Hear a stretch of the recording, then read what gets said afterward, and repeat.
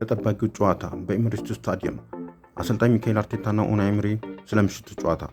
በእንግሊዝ ፕሪሚየር ሊግ ተጠባቂ ጨዋታ የአርሴናልና የአስቶን ቪላ ጨዋታ ዛሬ ምሽት 5 ሰዓት ከሩብ በኤሚሬትስ ይደረጋል።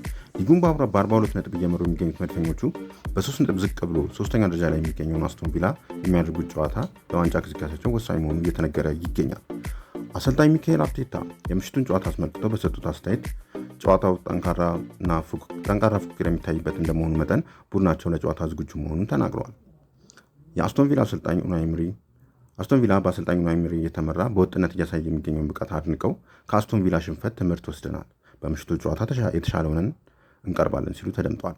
አሰልጣኝ ኡናይ ኤምሪ በበኩላቸው አሁን ላይ ስለ ዋንጫ ፉክክር የማወራበት ጊዜው ገና መሆኑን ገልጸው አርሴናል ጋር ያለን ልዩነት 3 ብቻ በመሆኑ ለምሽቱ ጨዋታ ጥሩ የመነሳሳት ይኖረናል ብለዋል።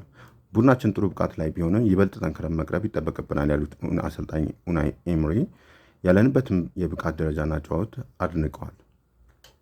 ዛሬ አመሻሽ ላይ እየወጡ ባሉ መረጃዎች የእንግሊዛዊ መድፈኛ አማካይ ዲክላን ራይስ በጉልበት ጉዳይ ምክንያት የምሽቱ ጨዋታ ውጭ መሆኑ እየተዘገበ ነው። የ40 ዓመቱ ዳረን ኢንግላንድ የምሽቱ ጨዋታ በመሃል ዳኝነት ይመሩታል። የዛሬውን ጨዋታ ማን የሚያሸንፍ ይመስላችኋል? ግምታችሁን ኮሜንት ላይ ያስቀምጡልን።